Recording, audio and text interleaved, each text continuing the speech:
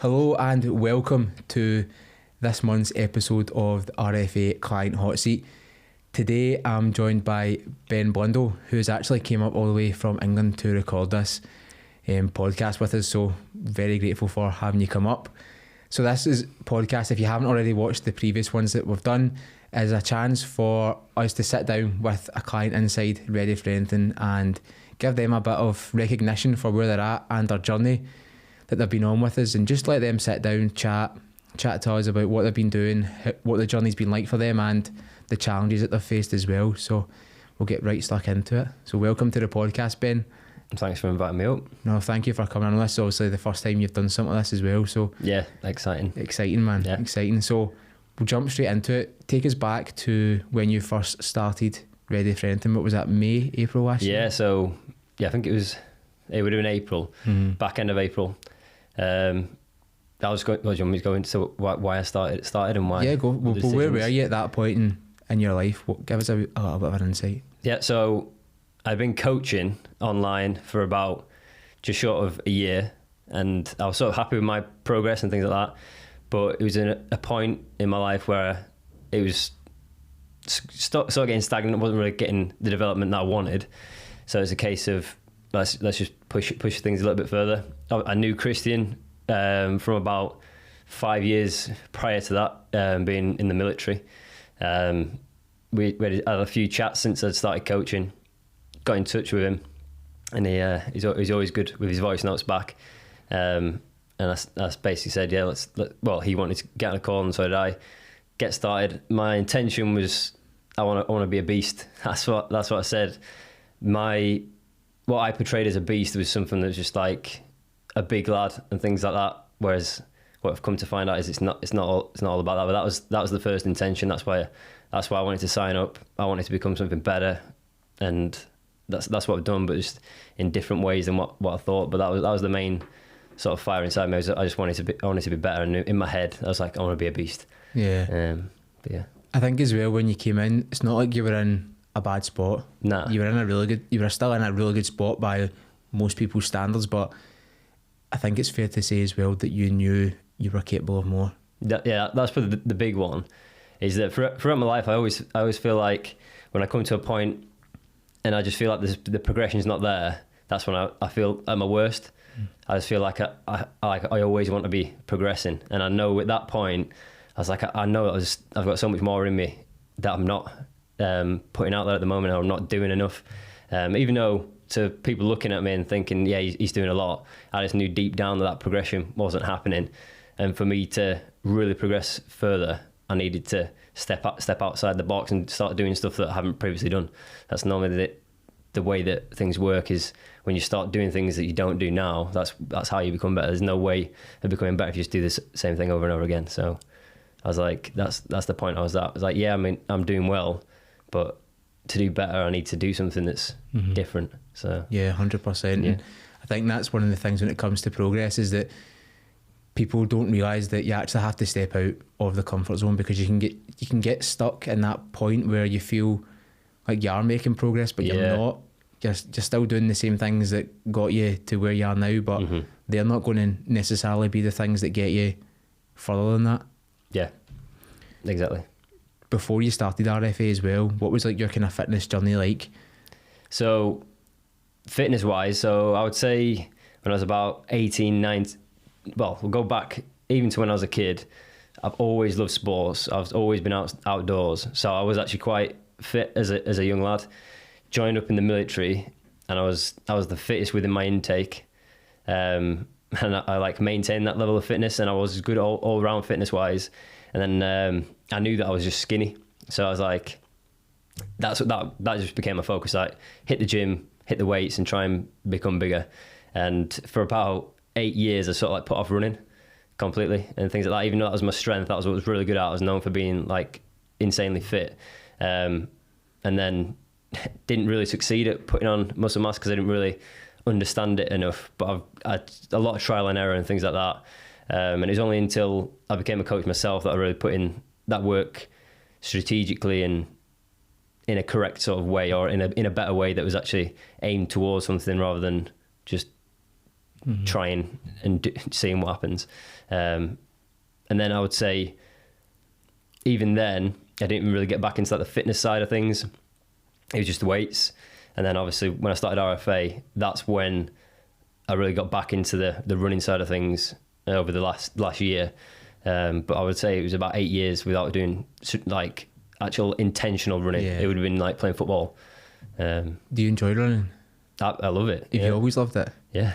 And that's for 8 years. That's mental, man. Like, I think there's like, when it comes to running, people I think have like the love-hate relationship. There's some people that just hate it, but get into it and then end up loving it. But there's other people that just have always loved it. Yeah, it's one like I preferred sort of like the 5k, 10k sort of distance.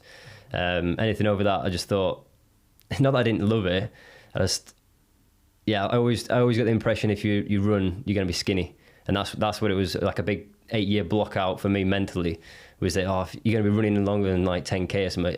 Because I always look at the people you see on TV, the people that are running long distances. I didn't want to look like that, but it's only like now I've sort of like reshaped my mind around that you can still run really quick. It's like it doesn't have to be an Olympic gold medal standard, but I can still be really, really quick, and to be in a better muscular shape is also what I want. So it's like I can do both, and that's something that throughout my life is I've always been decent at pretty much everything, but never really good at particular one thing, which is then it's like, well, why don't I just do that with my training? It's like you enjoy pretty much everything to do with fitness and sports. So it is a thing that you can be good at, like the majority of things, and progress to a decent standard in all of them. I think that holds a lot of people back, and when they have this kind of black and white level of thinking where I can only do weights, and if I start doing running, it'll like lose my gains and I won't be as big, but you'll actually become a better athlete combining the two. And when you actually start doing strength and conditioning, you'll find that you end up in better shape, you're leaner, you're able probably to run further, and you just become fitter as well. That's one of the things that I've certainly noticed as well since starting into the kind of hybrid style of training. You definitely become fitter, faster and stronger as well throughout that. But like you hit the nail on the head. It's like you just feel like that, especially with running, that's going to affect the muscle gain, but it enhances it. It's weird how it does it, but it does. And I think it's all the mental side. That's the one thing that's been massive over the last year, progression wise. Like, yes, I got in probably the best shape I've ever been in. Well, it is the best shape I've ever been in. But the mentality and the mindset over this last year has absolutely gone through the roof. It's something that I didn't expect. And it's like, I think we spoke about this earlier. We've been chatting for like quite a while before this even podcast got started. But when you want to get to a certain level, and the higher level and things that you want to get to, the more challenges that occur to get you to that point. And there are always points that you can just plateau and not make progress because something challenging comes up or a bad point comes up and you go, I'm not ready to progress. But the more you want to progress, the higher level you want to get to, and that's in every single aspect of life, you're going to hit a point that is going to teach you something to get to that next level, or you can just choose to not progress and be at the same level. And that's what like the last year's been, especially with the mindset. And once that mindset comes, that's why I always say you focus on the mindset first, then your fitness just goes through the roof, and you just know that you can just keep progressing because it's all relevant. Whether that's fitness and life, it's you're training for the same thing. You're training your brain, you're training your mind, saying how do I react to a situation that's, say, conditioning session absolutely nails, but you keep going. And there's that positive self-talk that I speak about quite a lot, is that a big training point for me is how do I speak to myself during these sessions. And I know I was telling you about the wave that I sort of get from the back of my head come down to my arms when I go through this moment, and I go, I can just keep going now forever. And it's like a calmness then comes into my life that when a challenge comes up, that I just remain calm. And again, it's only because I've shifted how I think about a fitness session that sort of happens. The mindset's massive. Do you think these lessons that you've learned from the way you've been training have then transferred over into other areas of your life as well? Oh, absolutely. So, like I said, I've been in the military for 10 years, and coaching for the last almost 2 years now. I got to a point where I'm feeling confident enough to go, I need to make this change. focus has been on like fulfillment in life rather than security of a job and things like that. And I can't, well, it all comes hand in hand. So it's a case of, the fitness and everything's come and the mindset's changed. It's like, this is the end for this part of the journey with the military. The security side of things, it's like now I'm looking at different areas in my life. I'm like, what do I want my life to be like? How do I want to live? It's like, it's easy just earning a secure income in a secure job that like during the pandemic was a big sort of eye-opener for this, was that it was such a secure job that I was never going to lose my job when loads of people were losing their jobs. But then I came out of it and I wanted to leave that job now. And I go full-time into coaching. Without this last year and being in RFA 100%, I would not believe in my job now to go full in as a coach. But again, it's because of how much development I've done within the mindset and mentality, and just the deep digging into who I am as a person, is what do I want from my life and where do I want it to go. And so I've quit my job and I leave in May to coach full-time. That's exciting, man. Yeah. That's a massive step for you as well, and especially leaving that security that you've got, and especially there's a lot of pushback you can get from people around you, people who care for you, when they can say things like, what are you doing giving up this security? But I think as well, you have to realise nowadays that people are optimising for lifestyle a lot of the time rather than optimising for job security or money from the job. They're actually thinking about, how do I actually want to live my life, rather than just getting up, going to work 9 to 5 and being kind of stuck in that pattern of going through the kind of motions. And it's almost like, if you're the main character in a story, what would you want them to do? Would you want them to stay like in the position they're in, or would you want them to go and take that risk and actually find out what they're capable of, and then be able to look back and go, do you know what, that was worth it? Yeah. Like, even though it is going to be tough. And that's another thing as well. Like, I think people, they know it's going to be tough, but sometimes that kind of puts them off, I think, even though they know there's going to be hard times. And I think you have to come to terms with that and say, okay, I'm ready to go through all that and experience it, and I'm ready to learn, because most importantly, that's what you're going to do throughout this whole process as well. But it's exciting, man. I'm really excited to see what the future holds, and obviously being a big part of your journey and actually seeing you progress out over the last year has been really exciting, so buzzing for that. What has been your biggest accomplishment since you began working with us? So we spoke about this before Christmas, and like you mentioned, and I couldn't really put I couldn't pick something. It was like, well, I did high rocks, and I sort of I got a decent I completed it, so I got a time. But in my head, it was like, that wasn't a real accomplishment, and I sort of was a bit harsh on myself. But then what came out of that for like that sort of period was, for like 4 weeks, I was ill. I think it was like, we sort of discussed, and it was like, pretty sure it's like burnout. So I came in, but again, from all like challenges and things that are bad, come an opportunity to learn about yourself. And from that 4 weeks, I dug into, again, who I am as a person, and constantly trying to think about how can I be better mentally then? How can I improve my mentality? And I think my biggest accomplishment is that I've sort of taken my time to do that and actually figure out who I am. I think in a world that's just so fast paced that no one has a clue about what they want, because they don't slow things down, just spend time with their own thoughts and dig into themselves. So although there's a lot happened, like I say, with my performance, my transformations and things like that, could be massive successes and biggest accomplishments, but me digging into myself is something I've never done. It's just been a constant 100 mile an hour just since I left home at 19 to join the military. It's just been 100 mile an hour. Whereas now it's a point of slowing things down a little bit, even though it's like zone 2 runs. It's like you slow yourself down to become better. And it's like you have to do that with yourself.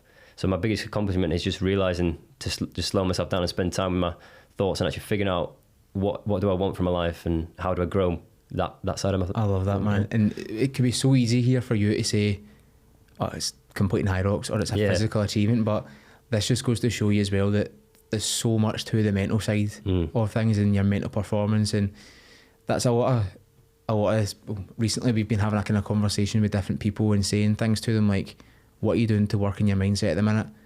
Yeah, you're turning up for training, you're putting in 110%, but what are you actually doing outside of that to work on your mindset? Because people shy away from that because it is scary and hard as well, and you can come up against things and find out things about yourself that you're maybe surprised about or maybe don't even want to see as well, and it can be quite unnerving. Yeah. But actually taking the time to do that is going to benefit you in the long run as well, not just mentally but obviously physically as well, as you see from your own performance, which is exciting, man. Yeah. It's pure good to see you going through that change as well, because you can just become a victim and just stay stagnant and not go through that work, but actually seeing you go through it is incredible, man. No, thanks. Brilliant. But yeah, I think so. Kieran did a talk at the last event, and it was something that really like hit home to me was the authenticity that he sort of had.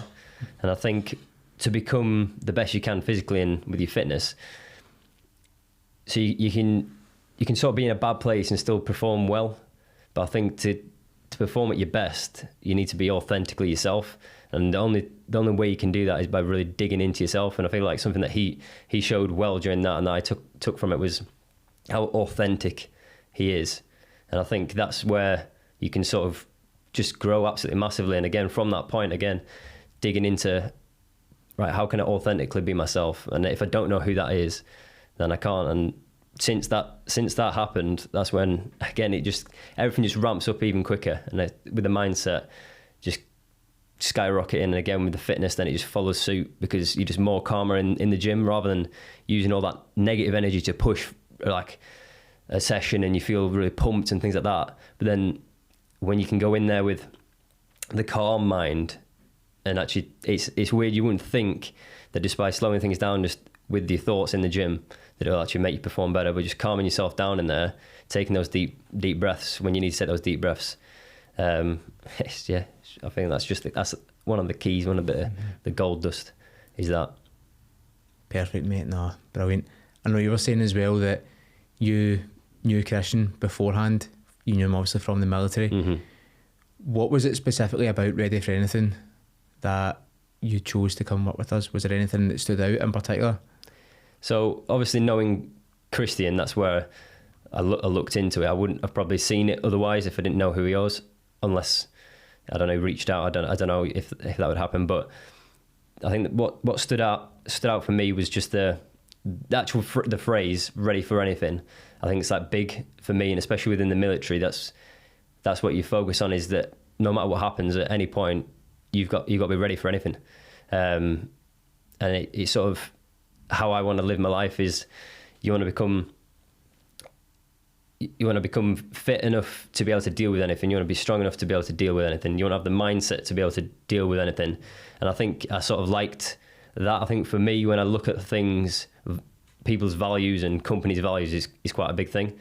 And that's just what I sort of got a good feeling of. And again, I knew Christian, and also I was a coach myself. So I actually wanted to learn from someone that's walked my path that I wanted to walk. Someone that's been in the military and left and has bettered themselves. Again, it's something that I wanted to do. So yes, I wanted to get fitter, but the main reason really is that I wanted to become a better coach and understand it. So that's happened massively in a lot of ways. Again, it's like so many different areas that it's helped, but that was one of the reasons why I wanted to join in the first place. I thought, yeah, I know what I need to do anyway, so that's fine, but I don't know much about the coaching side of online coaching. I need to learn from someone that's in a better place, that's walked through that journey. And then my fitness came out of that, and my results, which I just didn't expect, but there was a next level that hit because of that extra level of accountability. Yeah. For someone who's maybe not an online coach watching this and they've maybe seen a bit about Ready for Anything, what would you say to them? I would say, because Ready for Anything it's not just online coaches. No, as well. There's loads of people. It's not. If you come into a point in your life where, like I mentioned, that you want to be, you just got that thing inside you that always just wants to be a little bit better, and you feel like you're doing it, you're not really doing it if you're not outreaching to someone else that can help you do it. That's the way I sort of see anything that's investment based is, yes, I could get to a decent standard on my own, but I'm not getting to the best standard I could possibly be because that would be with someone that could help me. It's the same with everyone that's got a coach, like tennis players, they've got a coach. Anyone's got a coach to get to that higher standard. And I think if you're serious about being better, you need a coach, or else you're not serious. If you say you can't afford it, you don't have the money for it, it's because it's not a priority. So you're not going into it all in. You care about something else more because that's what you're prioritizing your money with. So that's why I see it. But it's also that, again, if you're in that place where you want the progression, not just physically and with your fitness, with your life. So say you're not happy with your job and you don't have the confidence to get out of that job or to progress with that, you should sign up, because you're going to grow that mindset that you don't even expect. You don't even know what you're going to be thinking in 6 months' time of just being around people that are constantly bettering themselves. It's a weird one that you, unless you've done it before, you don't appreciate. So definitely. Did you ever work with a coach before us? So I've had a mentor for the business, and then we've had personal trainers within work, but it's nothing like this. This is my first coach. And I've never been part of a community either that's, again, to drive results and to make you better. And obviously you don't stay in Scotland, as you can tell probably by your accent and stuff like that as well, but you've actually made it along to so many events up here in Scotland as well, which just shows you how committed you are as well and how much you want to be a part of the community. How much has that community helped you, and how much have you resonated and kind of bounced off it as well? I think it's massive. Like I said, from the event, the amount that you can just learn from that, but with the people as well, especially if you're in a sort of place where you do feel like you're the only person that's supporting your journey. It's not necessarily that there is people that support my journey, but a lot of times you can sort of close it off to the people closest to you.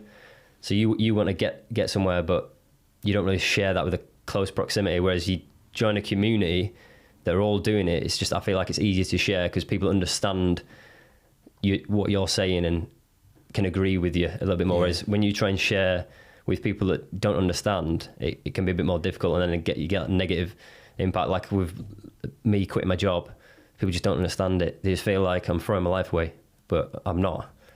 So whereas share that within the community, yes, it could be like, you could feel like, oh, well, they're going to say that, but it's not, because they're all encouraging each other together, and you just get just so much good energy. And it's an essential part, is just getting that good energy. It's like getting a session in with someone, like we go train with someone else, you almost like lift each other up, you train a little bit harder, and it's the same idea here as well, like being surrounded by people who are not necessarily on the same journey as you, but it's always like all these paths have just crossed at the same time, and you're all heading in kind of similar directions. Yeah. And you can see people who are further ahead of you, and you can see what they're doing, and you can bounce ideas off them, and it almost gives you a little bit of comfort knowing that they're there and they've been through what you've been through, and you can see it and go, right, it's going to be okay, like everything's going to be good. But then you can also bounce ideas off them and find out what they've done, and they can tell you any mistakes they've made along the way, and you can learn from that as well. And I think that's one of the biggest parts of the community as well, is that being able just to share things with other people and learn from other people. And that's one of the things that I've tried to do as well with all you guys, is share what I've learned and share any mistakes I've made, so that you all can all be aware of it and don't do the stupid stuff that I've done in the past as well. One of the biggest, or one of our success foundations, we've got 7 inside Ready Friend, and number 7 is actually discipline. And I was having a conversation with someone, I think it was probably about a year ago now, and what he said was, people who are either in the military or have done martial arts, you can tell who the people are because they have got extreme discipline. What's your thoughts on that? So I would say you probably can tell if they've been through, and not necessarily the job or martial arts to learn.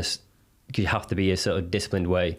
Basically, with both, you have to be told what to do and you have to do it. So I think there's that training within yourself that you just do what you're told to do, And it's the same with the martial arts and the military. So you probably can identify it. It doesn't mean that different people from different walks of path can't be disciplined, because they can, but they've had to have gone through something that they've had to tell themselves, I need to do this, so I'll do it. So that's I would say most people in the military and most people doing martial arts would have that already, but it doesn't mean that someone else wouldn't. Because definitely. How would you go about, if someone was looking to say, I want to be more disciplined, how would you go about kind of not giving advice, but if you were to start again, how would you do it? So in terms of developing discipline? Again, I think I'll go back to this sort of when we're talking about community and talking about people's mistakes. What everyone needs to understand is that everyone still makes mistakes now, and that people are still going through things now, and they're not perfect. And I think a lot of people don't become disciplined because they tell themselves they can't. I'm not a disciplined person. Whereas every single person that's disciplined has those thoughts that go, I'm not going to do that. So to become disciplined, first of all, appreciate that every single person that is disciplined will think the same way you're thinking, but they'll just get it done anyway. You've also got to understand your goal and what you're actually trying to achieve and why you're trying to achieve it, or else you're not going to be disciplined, because you're not going to have enough weight towards why you want to achieve that. And then I think it's structure and having some like a plan in place of when you're going to do it, reducing the friction. It's not necessarily, because people go on about motivation, you've got to full on take motivation out of the equation when it comes to discipline. And the way to do that is just plan it in, reduce the friction. As I always think about when I do work at home on the laptop with this one, because I have a coffee table that the laptop's in, and if it's underneath the coffee table in like the drawer that comes out, there's that little bit of extra friction that will stop me from doing it. Whereas if I'm disciplined to get it out, I'll do the work. So it's just a case of reducing the friction of it, and just knowing when to do it, and just getting it done. I know it's easy to say just get it done, but you've got to reduce the friction to be able to do that, I think. Yeah, it's all these wee little things as well. It's like putting your clothes out at night before you go to the gym in the morning. It's like you have like these wee kind of traits that you do, and little things that you put in place to ensure that like there's as little friction as possible, so that when you actually go to do it, all you need to do is just do the thing. Exactly. That's probably the nail on the head, is especially with like the gym kit. It's like, I'm not disciplined because it's a trait that I just do what I'm told to do all the time. It's because you learn to find ways to make yourself do it easier. And just getting your gym kit out ready is another one. If you know when you're getting from work, or if it's in the morning, say you train in the morning, this is what I do, my kit's already there. If I know I've got to get it all out the drawer, find it, when you wake up and you've got no energies to do that, you're just going to close your eyes again, because you know all you're telling yourself is, right, as soon as I open my eyes, I've got to go to that drawer. I've got, that's that. No, whereas it's there. You just put it on and I just turn up at the gym, and then before you know it, you get moving. Yeah, it's reducing that stress, reducing that energy as well, and you don't want to be using up your energy right at the start of the day, having to like find a pair of shorts underneath a pile of washing and things like that. And it goes deep in that. That's one thing I always tell everyone, and what I tell my clients is showing up is the first thing. So if you think, so you get programmed in a really big session, and you wake up and you don't have much energy, and you think, oh no, I've got to do this whole session. Again, you're overthinking it. To be more disciplined, your rule should be show up. As soon as you show up, you're probably going to put the work in. But what you've done is you've just trained yourself as the main thing is to show up. That's what's creating the discipline. The session, completing the session is not the discipline, it's showing up. And then 9 times out of 10, you're going to do the full session. So break it down. Just the rule should be just showing up. 100%. Has anything surprised you since you joined RFA? I think definitely the person I am now to when I joined up in such a short space of time is just a massive surprise. I can't even think back to sort of the way I used to think about things. Again, surprised that I quit my job. For me, although I had a point where I said, right, as soon as I earn enough money off my coaching, I'll quit.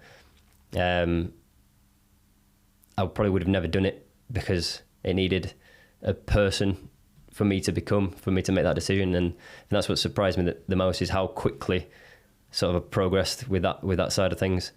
I just didn't expect. I thought I was in a good spot anyway. So the biggest surprise is just how much it's changed my mentality. That's the thing as well. Like when you started working with us, it's not like you were in a place of pain. It was more frustration, I would say, in terms of you know you're capable of more. And I think that's where a lot of people currently are sitting, especially like guys, well, and girls as well, but guys and girls that have maybe been training for a bit of time, they've been lifting weights, but they just know there's something more. They know that this isn't it. Like they know that there's got to be more to it than this, rather than just what they're doing right now. And I think being able to see that in other people and being able to see like the progressions that they could have is really empowering, because that was one of the things that I done. So I don't know if you actually know this about me, but I used to do taekwondo. I used to do it pretty competitively as well, and after it I was a bit lost, and at the point I was like, I'm just going to go to the gym, train hard. Done that and I loved it. It was so good, and it got to a point where I was like, right, I need something more, because at that thing that I'd had, that kind of purpose of training to go to big competitions wasn't there anymore.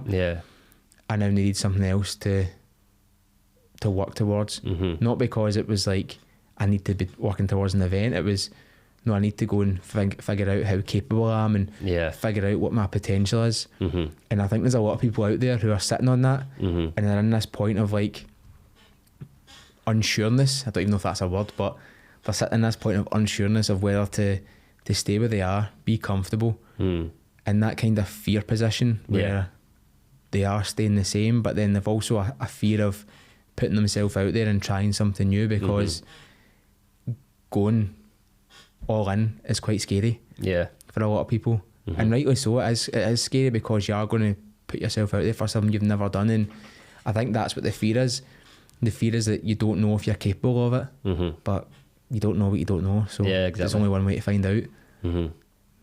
That's it. And what we mentioned about with both of us with our jobs, when you get that little bit of fear, that's what you need. So if you're feeling that fear is good. It means that there's something inside of you that, do you know what I mean, that wants that more, and you have to pursue that, or else you're going to constantly have that.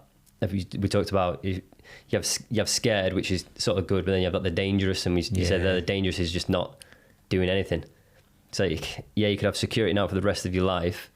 And when you talked about if your life was a film or something, would you actually have enjoyed watching your life back? And if you don't feel like when you get to the end of your life and look back and it's been enjoyable, there's not going to be much point in it. Whereas if you did everything, that all these risks, and if everything went bad and all that, at least when you look back, you've got so many memories that would be great to look back on.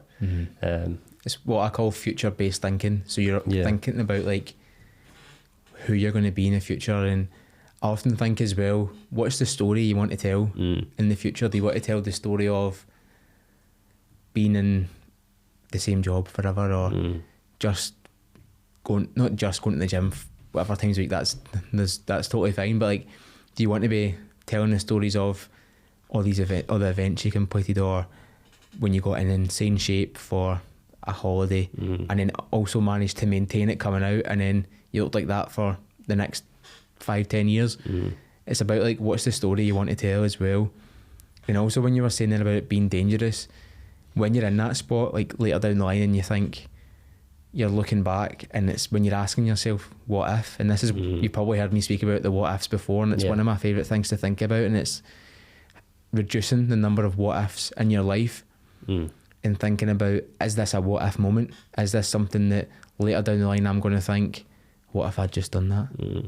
And that's one of the things that I'm on, I'm working towards as well, and I'm trying to encourage all you guys as well to think about that, and think about what are those things, and use that in your decision making, and look at your life and look at the trajectory that you're on, and how can you actually control that to then go and reduce the number of what ifs in the future.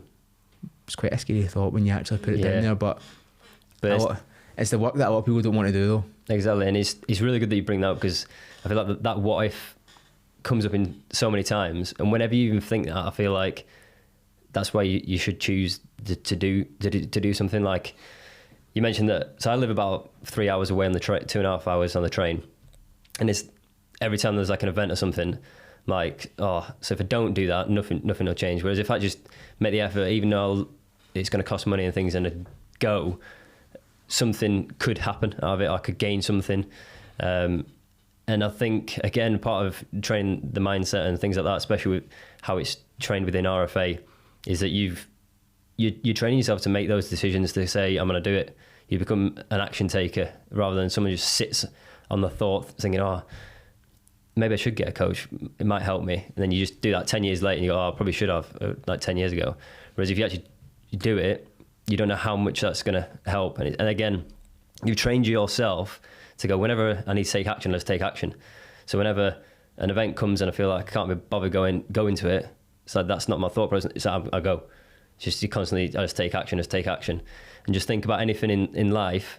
If you can just take action without actually having to think about it constantly, how much your life's going to progress. Some decisions might be incorrect, but you'll have a story or a memory. That's how I see everything now. So whenever you get that, what if, just do it. And I think it's a big thing, especially if you're wanting to become better and progress all the time. I think you've just got to say yes every single time. Like, what if comes? I love that film, Yes Man. Obviously, he takes it to the next level.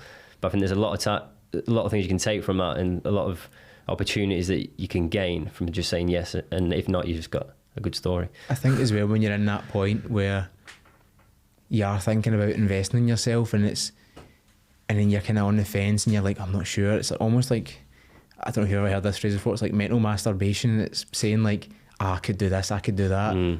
But not until you actually go and doing it. Yeah. Are you doing it? You're still stuck in this point of being like, not achieving your fullest potential. And that's like one of the worst things, I think, as well, is like knowing that you have potential, but then not fulfilling it. And it's quite sad, because I know so many people that have so much potential, but they're maybe not going for it as much as what they should have. And I can see it in people. And that's one of the things that really scares me. People that, like, it scares me for myself, knowing that I could choose not to fulfill my potential. That's a thought that really scares me. But I know that if I take action, I'm going to get closer to it as well. And that's one of the things that I've been really thinking about, and I've been really trying to communicate and get all you guys as well to think about, is like, what is your potential here? How can you go and actually develop that and work towards that as well? Yeah, I'd say with potentials, like I mentioned earlier, it's like you don't even know what your potential is. You could think, oh, well, I could get to this standard, but you probably smash straight through that. One thing that you speak about a lot is that the glass ceiling, and then just removing any barriers and any visor that's in the way. And that was a massive thing for me. I always thought there was a limit, and like now there's not. It's like, what is my potential? It's a question mark over that. It's how high can you go? Yeah, so. Definitely. It's once you get them, remove those glass ceilings, and that's not hard. Or sorry, it's not easy. It is quite hard. Like, you have to actually do the work to do it. And I don't know if you probably heard me talk about my whole journey with running, where I told myself I wasn't a runner. Like, I used to hate running. Yeah. And then once I actually challenged that belief and actually worked on it and worked in the way I was speaking to myself, and that was the main thing. It was the way I was speaking to myself, and I was saying that I'm not a runner. I don't need to do running. It was almost like an arrogant thought, where I was like, don't need to do that, or I train 4 times a week. But actually challenging that thought is what actually allowed me to go and do what I'm doing just now as well. And it's not until you actually challenge the thoughts that you've got, challenge the beliefs that you've got as well, I think, that you actually realise who you want to be as well, because your beliefs are often shaped by the people around you, your environment, what people have told you in the past, and you take them on a lot of time just as like kind of standard and defaults, and your beliefs that you have at this point aren't always necessarily yours. There may be someone else's that you've maybe just went, it's mine as well. And it's not until you actually realise and think, wait a minute, I don't know if I agree with that. I don't know if that actually resonates with me, and you actually look at like what you value as well, and then you realise that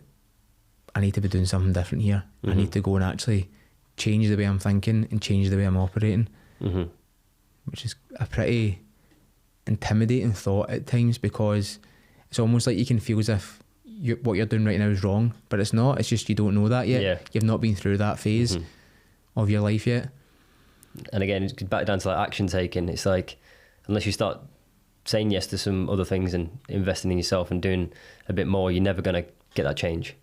So I think that's massive. What are you working towards at the moment? What's your big goal or goals? So obviously I leave. So my last day in work is the end of May. I'm out the RF in September, but my biggest thing now is with my coaching. I was taking that full time in terms of like the goals. There's obviously financial goals, but then personally, I'm just on a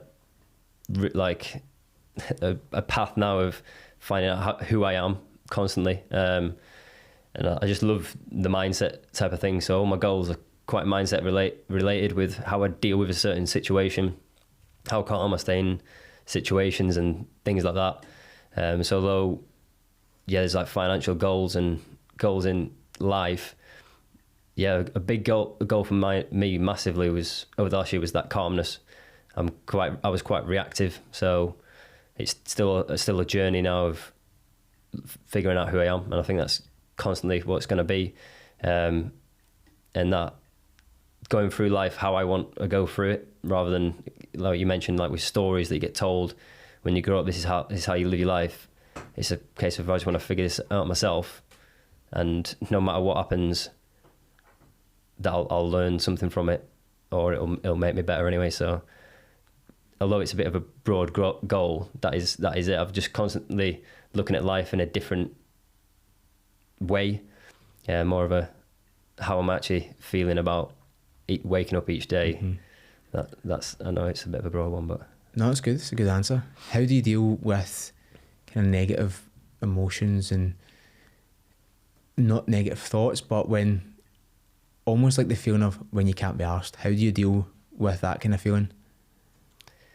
So again, it's I see the way I picture everything is like on the stock market, and people talk about like lines not being linear and things, but whenever you get to a high point, you always know that you're gonna have to come down a little bit. So whenever I'm in those moments, I always go, well, this is because I've got to a really high point, that it's happened. So accept that you're feeling like that, because no one feels good 100% of the time.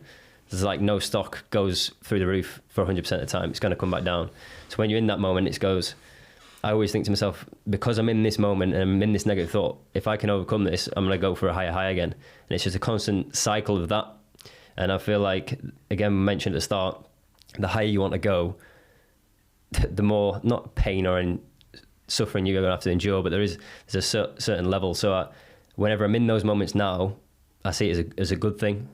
And I'm not saying that I just love pain and things like that. I just know that it's going to change me. It's going to make me a little bit better once I get through it. So yeah, that's sort of how I deal with when I get the negative thoughts. It's impossible not to get them.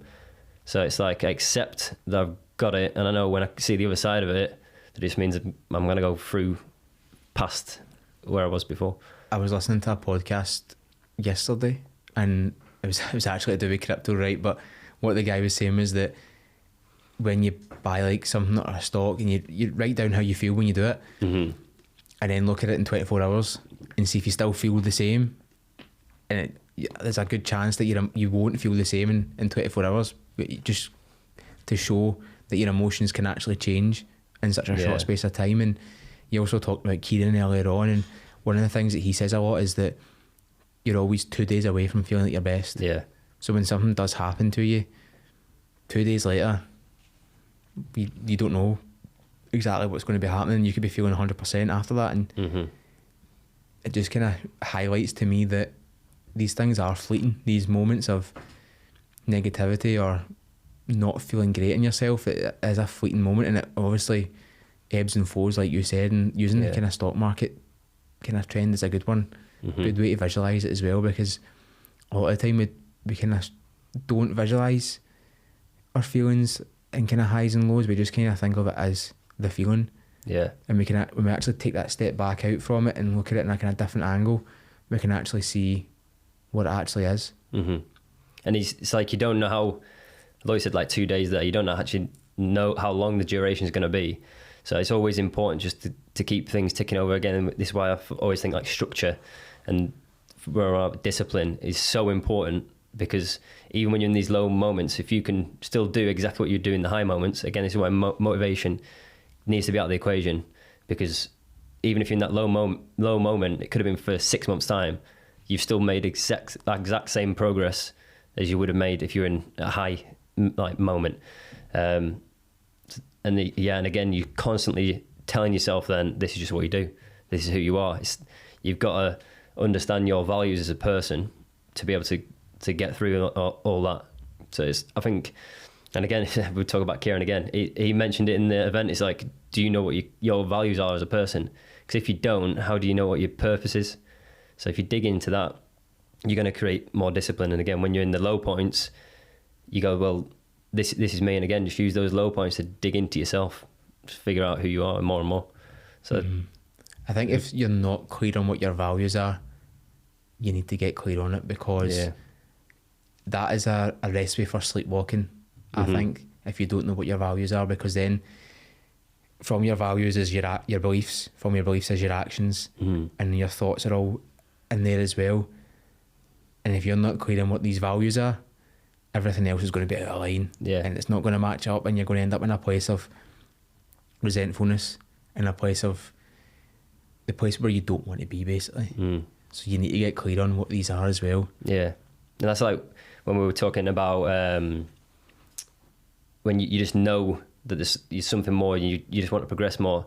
That's probably because one of your values inside, you're going against what your values are, but you don't know that because you haven't taken time to think. So if your values is progress or something could be a value, but if you're someone, for me, like leadership is a massive core value of mine, which ties into like being constantly progressing in things and just walking a path to help other people walk it. So whenever I'm making a decision, like I saw with my job, it's like I'm not doing that in this job, so that's why I didn't like it.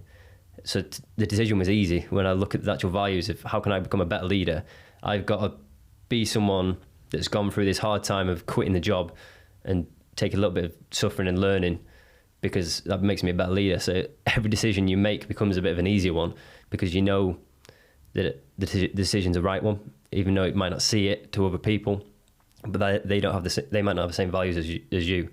You're your own person, so I think you have to dig into those values. Yeah. Bring that down. Excuse me. Joking here. I'm pure worried as well, because obviously we've both got High Rocks next week, and I'm starting to get a pure coffee, and I'm like, no, that's better not happen, but feeling alright. You're talking about leadership there as well. I think that's a really important one as well, and it comes down to like how you define it as well, because some people I think can have the same values but different meanings of it, which I think's amazing as well, and it just goes to show how different people think as well. Because I often think leadership is like, for me personally, it's leading by example. Like that's one of my biggest things in leadership, is like I'm leading by example. Who would I look up to? If I look up to someone, I want to see them doing it as well. Yeah. And that's what I try and do. And show that off and be like, if you want to kind of get to the same position I'm in, or you aspire to be like that, this is the type of thing you need to do as well. If you could describe one word, if you could describe Ready for Anything in one word, what would it be? Growth. Growth, love that. Yeah. Why growth? So I think, again, pretty much what the whole conversation's been about, but for me, it was, if I wanted to grow, it was a sort of key turning point that really made me understand that you have to sort of take upon these investments in yourself, or these changes in your life, to really grow. And I think that's what it sort of stands for, is it will help you grow. As long as you, I think it's probably similar to a lot of decisions you can make, but RFA in itself, in the community, the coaches, the whole thing is to help you grow, not just physically and with the fitness we've mentioned about, that mental side of things that progresses you with your job or changes your job, makes you figure yourself out more, growing who you are in all those aspects. I think growth sums up reasonably well there, to be honest. No, that's a really good way of describing it. And I think that, I know we kind of touched on this as well, but I think when people hear the word online coaching, they're like training plan, nutrition, WhatsApp chat. That's what they assume it is, but it's way more than that, isn't it? Yeah, I think a lot of people know what they need to train and how they need to train and the nutrition they need to have. So I would say online coaching is not none of that, because that's provided, but it's the people, it's the coaches, it's the community, but just that constant support by someone that can just push you a little bit more all the time. Whereas I think personal training one-to-one, although it's good, it's more of for me, if you're someone that's not familiar with the gym and things like that and you want to get to the basics, then it's all right. But online coaching is that 24/7 someone that's going to keep you accountable and push you and have that community. And I think that's what it is. It's not online coaching, it's community and coaches that want you to grow and thrive. 100%. Yeah. No, I love that. What I thought you were going to say something there, but you're getting No, get me some water. Have you found sitting on your first podcast? I enjoyed it, and I hope it's the start of many more. It's good to go and do something like this, and it's good to give you the recognition, and good to give also everyone else, Megan and Jordan, that we've had on as well. And that's one of the things that we are really trying to do with everyone, is like give them something to aspire to in terms of having this opportunity to come and actually sit and tell their story and let other people hear it as well, because you can get you can only tell so much through an Instagram post. Yeah. Like, not everyone's, and because obviously you live further away as well, people probably, it's not like people can give you a quick text and go, do you want me up for a session next Saturday? Exactly. Like, it's good for you to come on and actually get it all out and tell us all about your journey, because people aren't going to be as exposed to what you're going through as well, which is amazing. No, yeah, loved it. No, we're not finished yet, don't worry. Yeah. Got another couple of questions for you. What drives you to get out of bed every day? I think it's that constant pursuit of just wanting to figure myself out, wanting to be better, wanting to again be a leader. So I've got a daughter, and it's a case of, if I'm not going to make these choices, how can I expect my daughter to make the choices? Like, we know a life that you want for your kids, that they'll make these decisions and become really good humans, but we just put them off ourselves. It's a case of, I've got to get up, I've got to figure myself out, learn what's good, what's bad, take risks, make memories, and it's a case of just constantly learning for myself, but for my daughter and for my family. I want to be that person in my family that's go up and every single day try to figure myself out and become better, so then they can sort of gain from that, again, be that leader.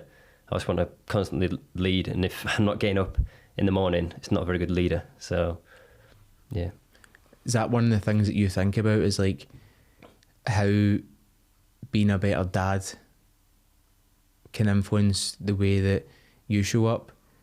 Yeah, and I think, like, does that influence your decision making? Like, how can I be a better dad as well? Yeah, so it's funny, because although I'm thinking, how can I be a better dad? And a lot of people think that's the way I am with my daughter. To be a better dad, it's the way she looks at you as well. So I think 100%. That's a constant thing, is I want her to be someone that gets up out of bed and pursues what she wants to pursue, have really good levels of health and fitness. So I need to lead from the front, and she's going to look at me every single day and see what I'm doing. Like, she asks me about the gym and stuff all the time. She wants to come to the gym. She's come to the gym with me a few times and run around. It's like, I've got to create that person that she looks at and copies, because we mentioned about how important environment is, and the stories that our communities and environment, parents, families have taught us as we grow up, that she's going to be seeing that day in, day out. So it's massively important for her to see a good human. Yeah, I was going to say, being a very positive role model for her as well, and being very inspirational, because she'll look at you and be like, that's so cool, why I do that? And obviously, because of the age she is as well, she's 4, so she's just going to want to copy everything that you do. And again, that's another reason why one of my biggest goals is just being calm and learning to be calm and understanding my stress. Like, I've been digging into that quite a lot to obviously prevent burnout and as much as I can in the future. So how do I deal with that? And I want her to be able to look at me and go, something really bad has happened, but you stay calm, because she's going to learn to stay calm in those situations. So that's what gets me up every single day. I love that, man. That's really inspirational. And I think as well, as you get older and you actually start to look for these things in other people, and I've certainly looked at that as well, like for the future and stuff like that, like how is this person acting as a dad? Because obviously I'm not that I'm having kids anytime soon, but I'm getting to that age where you start looking at these things and you start valuing different things, and you know that it's going to happen at some point, and you start thinking about it, like when the time comes, what's the type of dad I want to be, and who do I want to be for them and stuff like that. And you obviously like look up to your own parents as well, so much as well. Like one of the biggest things that my dad gave to me, and it was actually developing discipline. Like that was one of his, I know we've spoken about discipline, but that was one of his things. And I was saying to you before as well, because he's worked in the prison service for like 35 years, which is a long time. It's like the forgotten service. It's giving a wee shout out to prison officers there, but it's like the forgotten service. But in that role, it's very disciplined, very like you have to be at work at this time, you have to do this, you have to follow the procedures. And because he's been very disciplined, because I seen that growing up, I've been the same as well. And he was always into going to the gym, so that was like a big influence on me. He was going running, training after work, looking after himself as well, and that was like a big influence. So it goes to show, like years down the line, like that's it coming to fruition. That's you seen that when you were younger. Big time coming out. I speak to a lot of people. Like there's so many people in the military, and it's one thing I love about it is so many different characters and things, but a lot of in common when we speak is that they look back at their childhood and the way sort of their parents sort of influenced them, but during the whole sort of up to the teenage years, they don't really understand it until they get to a point where they're a little bit older, and you sort of look back and go, wow, yeah, actually that's what created who I am right now. So that's one of the things I've been looking at, is like what values have I got, and did that get installed in me from my parents, and how did they install it, and where did it come from? It's quite weird doing it, because you're like, oh my god, how did I miss this? Like but you don't know that until you actually get to like your mid-20s and stuff like that, and actually start thinking about it, and you actually realise like what your parents have really done for, not what they've really done for you, but what they've actually helped you do as well, because they've helped you along the way by installing these values in you and teaching you, and just being positive role models for you as well. I probably don't give my mum and dad enough credit. So that's we'll move on to another thing that was big for me for helping myself grow, is reaching out to like people like your parents. So especially with my dad, like I never actually really appreciated at the time actually how much he did. Like he set up a football team and cricket team just so I can play. So not that he didn't want to try and travel and take me to clubs and things, but he did that, and he did that for me. And it's like at the time you sort of have a go at him and things, but I've made it a conscious effort to send him a message to say, actually, I really appreciate that. And it's moving away from home for the last 10 years. Like it's something I just pretty much not shut off my family, but rarely spoke to him. So my brother, I was really, really close to my brother. It's like now a big thing, every single week I'll send him a message, and it's like that is something that I'm sort of learning to do. And it's something we don't do enough, is actually appreciate people. We always think that people aren't appreciating you enough. It's like, why does no one appreciate that? It's like, how often do I actually appreciate people, especially like your parents, that even if you think they were terrible at doing this, they still created who you are, and they've been through so much to get you there. I think parents are a really good example of that, and they need a bit of appreciation. Definitely. Final question for you today.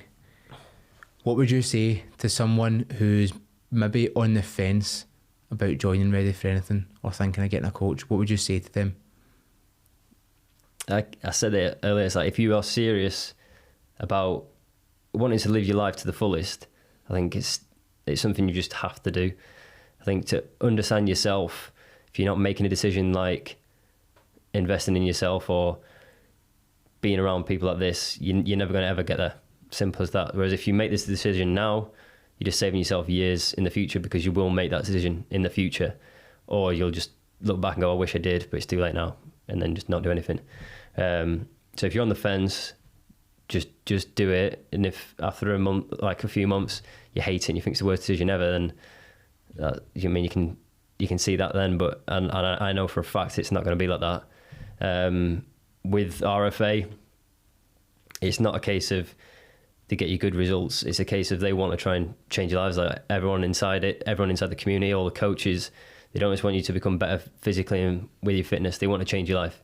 Like with me, Christian actually was the one who instigated it with my job and said, you should probably quit your job. It's like, how many times do you have people around you that would say to you, have you actually, why are you actually still doing that?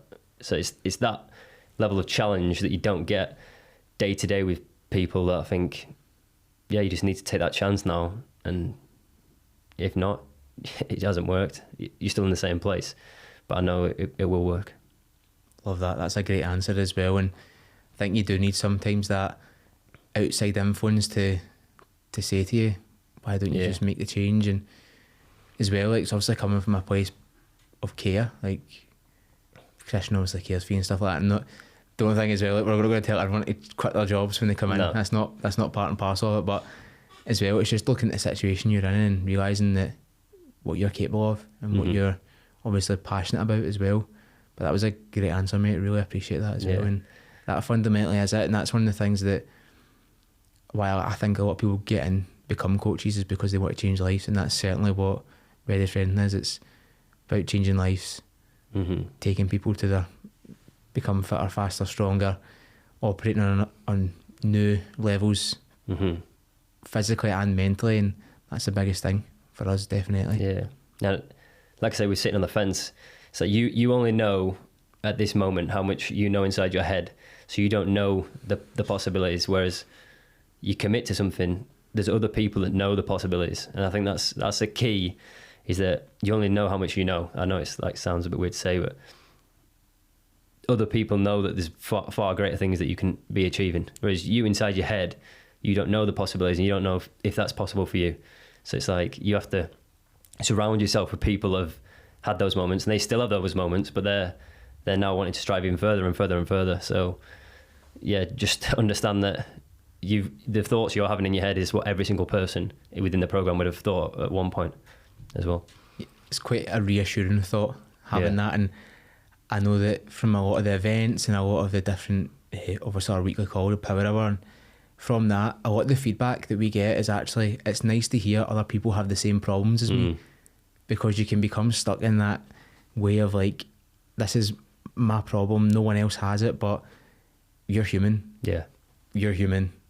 You're going to have felt the same type of emotion. Like, there's no way that you can go through life without feeling the same thing as someone else at some point. Yeah, exactly. Yeah, I know I said that was the last thing I was going to ask you, but one other thing to say as well. Tell us about the workout that we programmed for you last week. So the double workout. The double workout you done. I genuinely, so it took me about an hour and 40 minutes or something like that of a workout, and I thought it was double because it was an intentional double, so it was pretty much a run and then all the high rock stations times by 2, and then a max effort 3K at the end. And yeah, I approached it thinking this is obviously to test sort of the way I should pace myself on the day. So I gained a lot from it because I was able to obviously figure out how to pace these stations.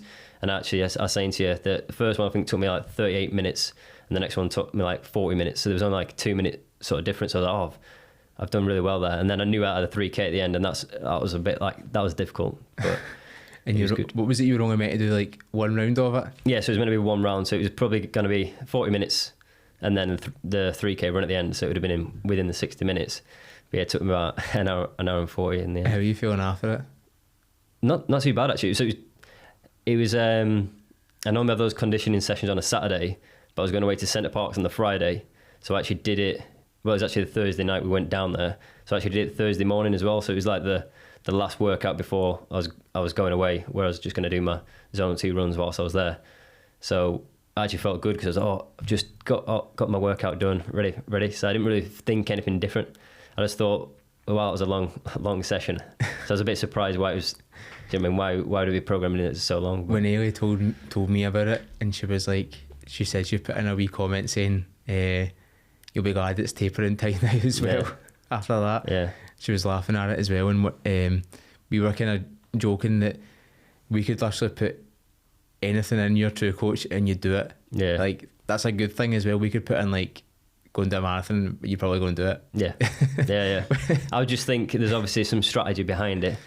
So why question? I think at the start with some stuff, especially when I first signed up to that first High Rocks, I just wanted to get into the stations and figure out, because I would say like 50% of the stations I've never done before. So there was a point where I would question it a little bit, but then since that point, I just do exactly what's on there. So that if an accident did happen, even if you put times 4, I would have done 4 rounds, and I would just looked at it and going, well, there's so much I can still learn from this, and that's what I always look at in every session, is not necessarily the fitness and physical side. Again, we talk about like the positive self-talk that I focus on, like the mental side of a workout. And again, that was one where, right, there's two rounds here. There's a ton of wall balls and a ton of lunges, which I would say is like the most sort of difficult workout for me. But again, this is something that I can take from the mental side, and just again that calmness to just pace it. So yeah, I love that attitude as well, and I know that especially Christian's been saying recently, like, do what it says on True Coach as well, and if it says do a 70-minute run at zone 2, do a 70-minute run at zone 2. Don't do 50, don't do 60, do 70. So took that quite literally there and just went and done it. But I love that, and that's the attitude as well that we want to develop. It's right, this is it, how am I going to do this, what am I going to learn from it, what am I going to take away, and how am I just going to become a better athlete overall from it as well. But yeah, just to add to that, it's like, and you're saying about doing what's on True Coach, one thing that I really tried to instill in myself was, because what I found myself doing to like previous was that, say I had like a 750 meter run or a 1,000 meter run, I would just cut it like 10 meters short, or say it was a 4 minutes of running, I'll do like 350. So like now I've been a case of, right, I'm going to run through it, because I don't know why I was doing it, but it was whenever, say you had like a run, a row, sled push or something like that in a few rounds, it would always be a case of, right, I'll get up to, instead of 1 minute 30, I'll do 1 minute 20, and then I'll come off. And it's like, why was I doing that? So I've instilled in myself to do exactly what it says, and a tiny little bit more. So I think it's a key thing that people need to do, is that because it's a habit. So it's like, why would you cut the last 5 meters short? But I think a lot of more people do that than your brain will appreciate. Play as many tricks on you as you can to justify getting out of that state of being uncomfortable and that state of discomfort. It'll do anything in its power to get you out of it. Even make yourself feel like, I know it's meant to be 1 minute 30 of running, but 1 minute 20 is fine, just come off. But it's like, well, why am I doing that? And it's like, again, focusing on the mindset, it's like, I'm just going to go through the 1 minute 30 and do 1 minute 31. So. Yeah, definitely. That's it. And it's just about programming yourself and to actually just sit and do it. And I think that's one of the things that scare people, is like doing the work. Like that's the barrier. It's just doing it. Yeah. Doing the thing better, harder, smarter. And as you said, you're training yourself to make that, doing the work. You just train yourself to do the work, not because you want to do it. I think, again, it's something that relevant to all aspects of life. You train yourself to do it in the gym, do that 1 minute 30 instead of 1 minute 20. When it comes to washing your pots, it's like, you're not going to leave that one plate on the side. You're going to get all the plates done. I think it's that's a good analogy to have as well. It's like, you wouldn't do this in other areas of your life. Why are you doing it here? Why are you cheating yourself? And out of running, that's actually going to benefit you as well. Like, even though you might think, it's only 10 seconds, but if you do that over 8 rounds, that's over a minute of running, which will add up and it will come in handy. That's one of the things that I always tell myself, that how when I'm doing a lot of these runs, I actually visualise myself on the day, like, in my head. Like, if I'm doing like a hard effort 1k into something else, I visualise myself like going round the High Rocks station and being like, okay, this is the 1k run, this is what it's going to feel like on a day. And then so it kind of makes it feel real, rather than just, I'm looking about the gym. There's so and so over there doing curls or whatever, but you can actually put yourself into that situation while you're training as well. That's good. I haven't thought about that. That's good. Thanks, something mate. I'll do in the future. Because if you imagine it like that, it's like, well, why would you do 10 meters short? You won't be able to enter the next station. So preparing yourself for it. Something like Johnny Wilkinson always used to do one with his kicks, constantly visualizing the kick. So you've got to visualize probably the event that you're doing as well. So. That's where I heard him about the washing. Have you ever heard the thing about him where he's talking about doing the dishes? No. And how like he was saying you've got to be like totally focused, you've got to be totally all in the moment, and that's about him like visualising his kicks. And he's like, it's, when he was like at his peak playing, he was like, it was the same when I was like doing things like the dishes. I was like so focused on doing the dishes, nothing else around me mattered. I was just concentrating on it, and that was how he like developed all that as well. And he's quite an interesting character in terms of that. It just shows, doesn't it, that if you're training yourself to be like that with a kick, you can train yourself. You can train that part of your mindset for even if you're just washing plates. So yeah, it's good. I'm going to look into that. I'll speak to you about that later on when I heard it. But it's really interesting as well when you go and listen to like elite sports men and women, how they develop all these little tricks for their mind, because they come from unusual places a lot of the time. I think like even like because they do a lot of like ritual things like that. I never see like a warm up before as like a ritual or anything like that. Whereas now, I go into the gym in the morning, I'll do my warm up, and it is literally a primer to get myself ready, and I just feel like my brain just switches on and go, right, this is going to be a good session. It's like, and I think again that's what sports people do, is they have like a little ritual or something, and it's a trigger for your brain to go, we're ready to perform. And I think again that's another thing you can take from elite athletes is that side of things. In everyday terms as well, like these triggers are like things we were speaking about earlier on, like putting your gym gear out the night before, making your bag up, prepping your lunch. That's a trigger, I think, for success for a day. Yeah. Because you're not having to worry about that energy that you're going to use up, having to think like, where am I going for my lunch? Will I go Greg's or Subway? Yeah. You're not going to actually have to use that energy. You can use that energy elsewhere. It's probably going to be somewhere more useful than having to think about something that you've already decided in the past. And I think one big thing that I sort of developed was with my sleep. Again, it was sort of similar. I was like, I read about only lay down in that bed if you're going to sleep. And it's like I have like I go exactly at this sort of time, I do the exact same thing, and I lay down, and within like a couple of minutes I'm asleep. And I didn't really know that was happening until I just full on got into this cycle. So my brain has been trained to go, it's time to sleep, and it's so important. Again, I don't know if like ritual, if there's a better word for that, because it's not like a ritual, like a religious ceremony or anything. It's just a way you've trained or conditioned yourself. Habit. It's like as well, because if you fell asleep on the couch every night, you'd condition yourself to thinking, I'm on the couch, right? It's time to go to sleep. Yeah. So it's definitely important stuff. Definitely. No, thank you very much for coming on today, and I really appreciate the effort from you for coming up from England as well. And excuse me, it just goes to show as well where your priorities are, and not both, but myself, Christian and Daly now as well. Really appreciate the effort you've made, not just for today, but for coming up to every event as well that you can, obviously. So thank you very much for that. No, thank you. I really appreciate the acknowledgement and the opportunity for me to come up here and just say a few words. It's something that I've never done before, so it's a good opportunity for me as well, so I appreciate that. Definitely. Thank you very much.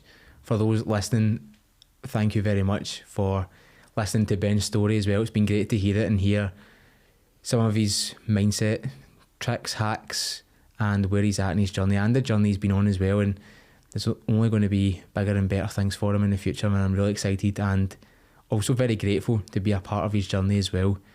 If you've enjoyed listening to this today, please subscribe as well to the YouTube channel, and also to follow myself at josh.readyforanything on Instagram. We've got Christian as kdh.readyforanything on Instagram, and Ailes is ailes.readyforanything on Instagram, which they'll be linked down below as well, so you can catch us all there. And if you have enjoyed listening to Ben's story and you want to follow his journey, where can everyone find you? At ben.optimumpurposecoaching on Instagram. Perfect. Thank you very much.